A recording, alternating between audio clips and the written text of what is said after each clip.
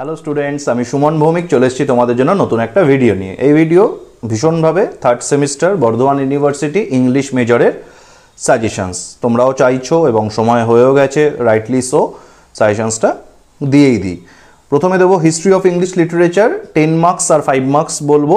মোটামুটি এই টপিকগুলো করলে তোমাদের হোপফুলি কভার আপ হয়ে যাবে, তার মধ্যে সব পেয়ে যাবে। আর তারপর বলবো পোয়েট্রি পেপার, যেটা লিটারেচারের পোয়েট্রি পেপার, 10 মার্কসগুলো বলবো। আর 5 মার্কসে কী কী করতে হবে স্পেসিফিক তো পোয়েট্রি তোরম বলা যায় না যে এই প্রশ্নটা করো বা এটা করো না, মোটামুটি আমি বলে দেবো। চলো 10 মার্কস শুরু করি। হিস্ট্রি অফ ইংলিশ লিটারেচার আমি বলে যাচ্ছি, তোমরা শুনে যাও ভালো করে। আমি আর 1, 2, 3, 4 এত করছি না, কারণ বুঝতেই পারছো, তাড়াতাড়ি দিয়ে দিই, তোমাদেরই সুবিধা হবে। কন্ট্রিবিউশন অফ চসার করবে, হিস্টোরিক্যাল ব্যাকগ্রাউন্ড অফ বেউলফ করবে, বা বেউলফ অ্যাজ অ্যাংলো স্যাকশন টেক্সট, মানে বেউলফের উপর একটা 10 মার্কস করতে হবে। কন্ট্রিবিউশন অফ উইলিয়াম ওয়ার্ডসওয়ার্থ করবে, প্রি র্যাফেলাইট ব্রাদারহুড করবে, তো 5এও আসতে পারে, 10এও আসতে পারে। Contribution of Shakespeare in literature করবে, হিস্টোরিক্যাল আচ্ছা শেক্সপিয়ার ইন লিটারেচার বা contribution of Shakespeare in English drama, সেটাও আসতে পারে আলাদা করে। Historical background of romantic period, precursors of romanticism, importance of lyrical ballads in literature, modern era of English literature and features, restoration drama বা comedy of manners, Jacobean drama, এগুলো 10 মার্কসের জন্য করবে হিস্ট্রি অফ ইংলিশ লিটারেচার থেকে। 5 মার্কসের জন্য history of English literature কী কী করবে, old English period and it's features. আচ্ছা, ওল্ড ইংলিশ পিরিয়ড আর অ্যাংলো স্যাক্সন পিরিয়ড কিন্তু একই, ঘুরিয়ে দিলে ঘাবড়ে যাও না জানো। Old English period / Anglo-Saxon period in English literature, features of Anglo-Saxon period এরকম আসতে পারে।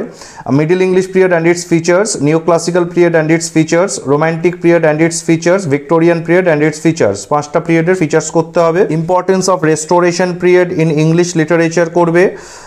কন্ট্রিবিউশনস কার কার করবে লিটারেচারে, James Joyce, Bronte sisters, Percy Bysshe Shelley, W.B. Yeats, T.S. Eliot, D.H. Lawrence, Charles Dickens, Virginia Woolf, Wilfred Owen, John Dryden, Samuel Beckett, John Keats, John Milton, এদের মোটামুটি Christopher Marlowe, এদের কন্ট্রিবিউশনগুলো করে নিতে হবে। যদি বলো যে এতগুলো করবো না, তাহলে বাদ দেবে। মানে আমার যেটা বলার বলে দিচ্ছি, আগে তোমরা দেখে নিও।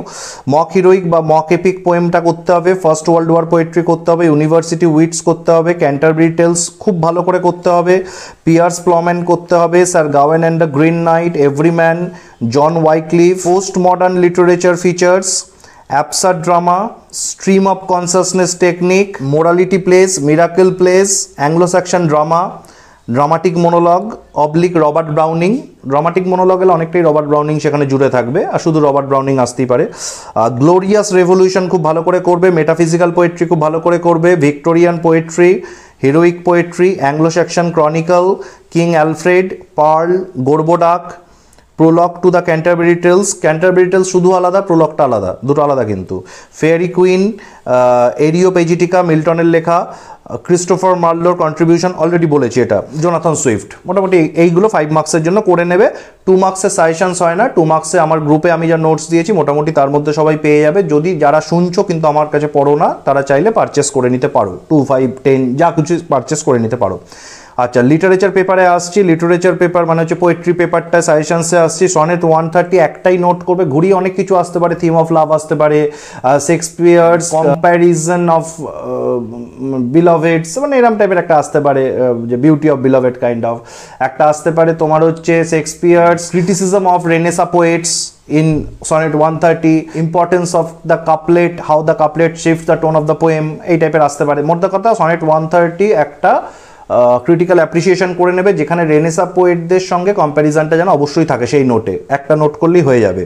আচ্ছা, আলেকজান্ডার সেলকার্কেরও ক্রিটিক্যাল অ্যাপ্রিসিয়েশন শুধু করবে, আর কিছু লাগবে না, ওর মধ্যেই সব আছে। থিম অফ রেজিলিয়েন্সটা একটু করে নেবে, ওটা লাগবে, ওই একই ওই নোটের মধ্যেই চলে আসবে। ক্যানোনাইজেশনের theme of love as a metaphysical poem আর থিম অফ লাভ ওই একই নোটের মধ্যেই কিন্তু হয়ে যায়। ক্যানোনাইজেশন, theme of love, metaphysical poem একই নোট, অ্যাকচুয়ালি না থাকলে পারচেস করে নেবে, আমার একই নোটে সব আছে।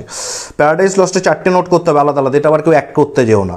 কী কী করবো, পিকচার অফ হেল করতে হবে, ক্যারেক্টার অফ স্যাটার্ন করতে হবে, paradise lost as an epic করতে হবে, ইনভোকেশন করতে হবে। ইনভোকেশন পার্টটা খুব ভালো করে করবে। রেপ অফ দ্য লকে তোমাদেরকে 5টা প্রশ্ন বলবো, তার মধ্যে একটা ডেফিনেটলি পাবে। ক্যারেক্টার অফ বেলিন্ডা করবে, 2 নম্বরে মক এপিক অথবা মক হিরোইক অথবা পিকচার অফ সোসাইটি অথবা অ্যাজ আ স্যাটায়ার অথবা হিরোইক বার্লেস্ক, একই উত্তর। আচ্ছা 3 নম্বরে করবে গেম অফ অম্বার, খুব ভালো করে করবে, 10-এ না এলেও 5-এ আসার চান্স আছে। 4-এ হচ্ছে বেলিন্ডাস টয়লেট সিন, একইভাবে 10-এ না এলে 5-এ আসার একটা চান্স থাকবে। 5 নম্বর সুপার ন্যাচারাল মেশিনারিজ, খুব ভালো করে করবে, চান্স আছে, এটা ডার্ক হর্স হিসাবে চলে এলো। সুপার ন্যাচারাল মেশিনারি মানে যেখানে ওই সিলভদের ব্যাপার স্যাপার বলা আছে, 5-এ আসার তো খুবই চান্স, না এলে 10-এ আসারও চান্স আছে। রেপ অফ দ্য লকে কিন্তু সুপার ন্যাচারাল মেশিনারি না করে কেউ যেও না। আচ্ছা এলইজি থেকে কি করবো, এলইজি থেকে করতে হবে মোস্টলি 3টে প্রশ্ন করতে হবে এলইজি থেকে। ট্রানজিশনাল পোয়েম অথবা স্টাইল অফ থমাস গ্রে। 2 নম্বরে করব নিও ক্লাসিক্যাল পোয়েম অথবা অগাস্টান পোয়েম অথবা রিফ্লেক্টিভ পোয়েম। 3 নম্বরে করব how Gray praise tribute to the forefathers অথবা থিম অফ ডেথ অথবা অ্যাজ অ্যান এলিজি। 3টে নোট, উত্তরগুলো মোটামুটি এই যেটার সঙ্গে যেটা বলছি একই উত্তর হয়। আচ্ছা তোমার কয়মিস্ট্রেস থেকেও 3টে নোট করতে হবে। কি করব কয়মিস্ট্রেস থেকে? এক হচ্ছে অ্যাজ আ মেটাফিজিক্যাল পোয়েম, খুব ভালো করে করবে। 2 নম্বর হচ্ছে কার্পেডিয়াম থিম, খুব ভালো করে। 3 নম্বর টাইটেল। তো 3টে নোট করতে হবে। আচ্ছা কার্পেডিয়াম থিমটা 10-এ না এলে 5-এ আসার খুব চান্স আছে। এইগুলো হচ্ছে তোমার সবকটাই বলে দিলাম, তাই তো? হ্যাঁ 7টা পোয়েম বললাম। এবার কথা হচ্ছে যে 7খানা পোয়েমই কি 10 মার্কসের জন্য করতে হবে? একেবারেই করতে হবে না, এর মধ্যে যে কোনো 5খানা করবে। কিন্তু সাজেশনসে আমি যে প্রশ্নগুলো বলেছি, যে পোয়েমগুলি করবে চেষ্টা করবে, মেকশিওর করবে যেন সেই পোয়েমে সেই সবকটা কোয়েশ্চেন করো। মানে এটা করবে না যে প্যারাডাইস লস্ট করছি কিন্তু 2টো করলাম না। যদি প্যারাডাইস লস্ট করো, আমার সাজেশনে 4টে প্রশ্ন আছে, 4টেই করবে, একটা পেয়ে যাবে। যদি রেপ অফ দ্য লক করো তাহলে 5টাই করবে, নাহলে করো না।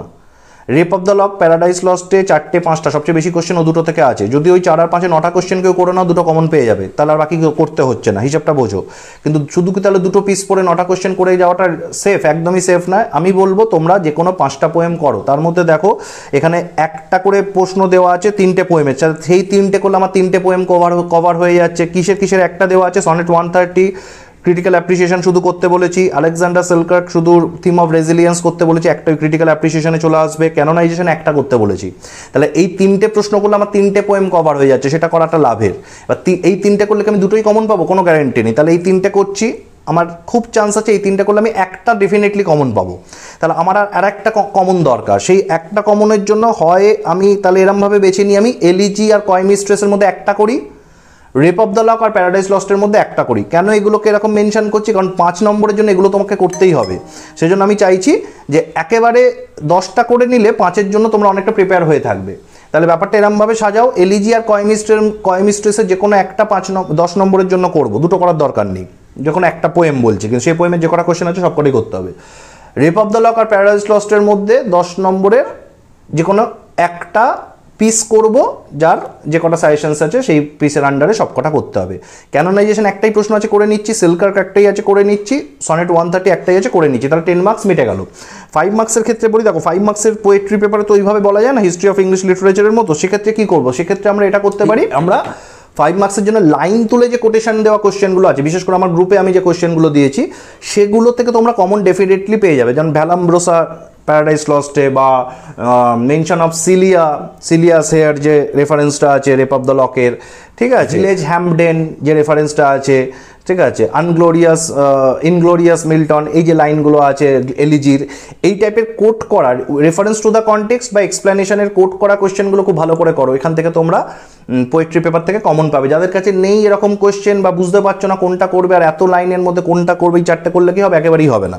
বা বেলিন্ডাস যে হেয়ার কাটিং এপিসোড যেটা শেষে, ঠিক আছে, তো এইগুলো একটু ভালো করে, ব্যারনের রোল, এগুলো একটু 5-এর জন্য করতে হবে ভালো করে। টয়লেট সিনটা খুব ভালো করে করতে হবে বেলিন্ডার। তো 5-এর জন্য এরকম মানে নির্দিষ্টভাবে বলা যায়। আমি কটা কোশ্চেন বলে দিলাম, কিন্তু এর মধ্যে কি সব পেয়ে যাবো? সেটা সম্ভব না যে 6টা বলেছি 3টে পেয়ে যাবে, এরকম তো হয় না। তো কোনো ম্যাজিক শো চলছে না এখানে।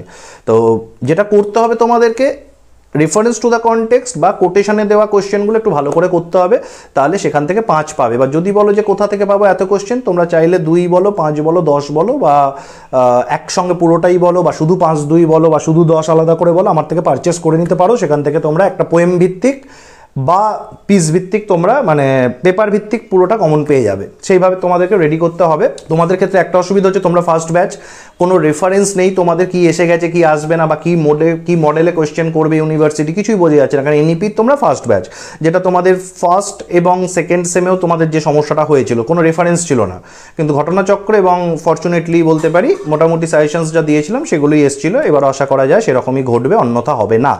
তো এই অবধি রাখছি ব্যাপারটা। নোটস সাজেশনস বুঝে গেছো। নোটস যাদের প্রশ্ন তো বললেন উত্তর কোথায় পাবো স্যার, এরম প্রশ্ন অনেকেই করো, খুব বোকা বোকা প্রশ্নটা, তো কোথায় আবার পাবে, যে প্রশ্ন দিচ্ছে তার কাছেই পাবে।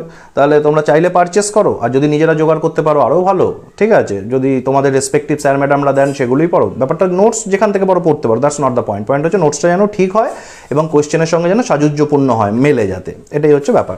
তো হোপফুলি তোমাদের যেটা কোয়ারিজ ছিল মেটাতে পেরেছি সাজেশনসের, এবং তোমরা এগুলো করে গেলে ডেফিনেটলি পেয়ে যাবে। অনেক ক্ষেত্রে হতে পারে আমি 5-এর জন্য বলছি যেটা, সেটা 10-এ এলো হিস্ট্রি অফ ইংলিশ লিটারেচারে, সেটা লিটারেচারে কখনোই আসবে না, বা 10-এর জন্য বলছি 5-এ এলো, ঘাবড়াবে না। যদি 10-এর জন্য রেডি করে যাও 5-এ আসে খুব ইজি, একটা দুটো প্যারা কম করে 2-2.5 পাতার মধ্যে লিখবে।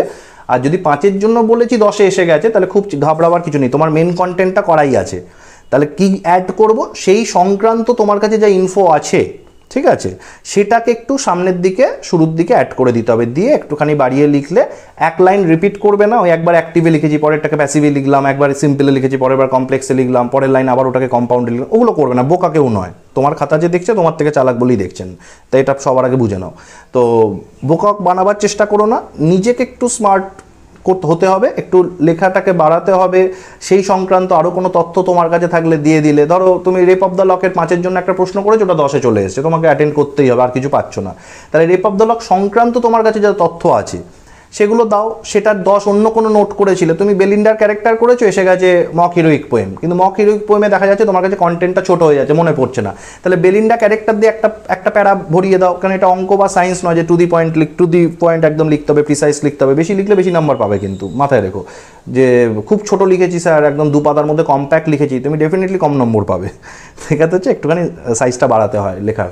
তো এই হচ্ছে ব্যাপার, এইভাবে ফলো করো, বাকি যা খবর হবে, ডেভেলপমেন্ট হবে, তোমাদের সঙ্গে আমি শেয়ার করে দেবো। আপাতত সাজেশনসটা মেজর ইংলিশ যারা ভালো করে পড়ো, এসিসি ইংলিশের সাজেশনসটা আমি চেষ্টা করবো পরের দিন দেওয়ার, ঠিক আছে।